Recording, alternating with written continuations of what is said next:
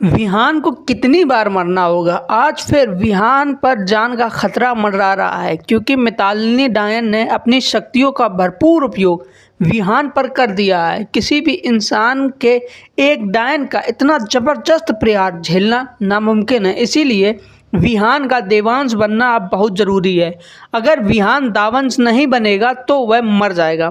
तो प्रथमवंशियों ने इस समस्या का एक रास्ता बताया है जिससे विहान और दावंश एक हो जाएंगे। प्रथमवंशियों ने गौरी को एक जादुई धागा दिया है और कहा है कि जब धागे का एक सिरा विहान के हाथ में और दूसरा सिरा दावंश के हाथ में होगा तब विहान और दावंश एक हो जाएंगे और विहान पर खतरा टल जाएगा। और फिर चाची ने केसर को रस्सी से सहारे बांध देती है और केसर को जब होश आता है तो वह अपने जादू से आग से रस्सी को जला देती है और छूट जाती है। तभी विहान वहाँ पर आ जाता है और केसर शांत होकर विहान के गले लग जाती है और कहती है तुम मेरे पति हो।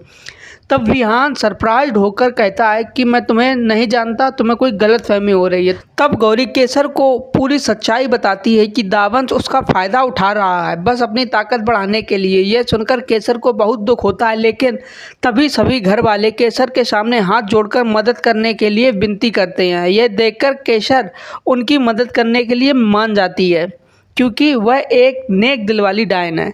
दूसरी ओर मितालिनी डायन को दिखाया जाता है जिसके शरीर से धुआं निकल रहा होता है और वह पानी डालकर उस धुएं को शांत करती है और वह विहान से बदला लेने के लिए अब हर्ष को मारने की बात कहती है क्योंकि विहान ने उसकी बहन को मारा था, इसलिए अब वो उसके भाई को मारेगी।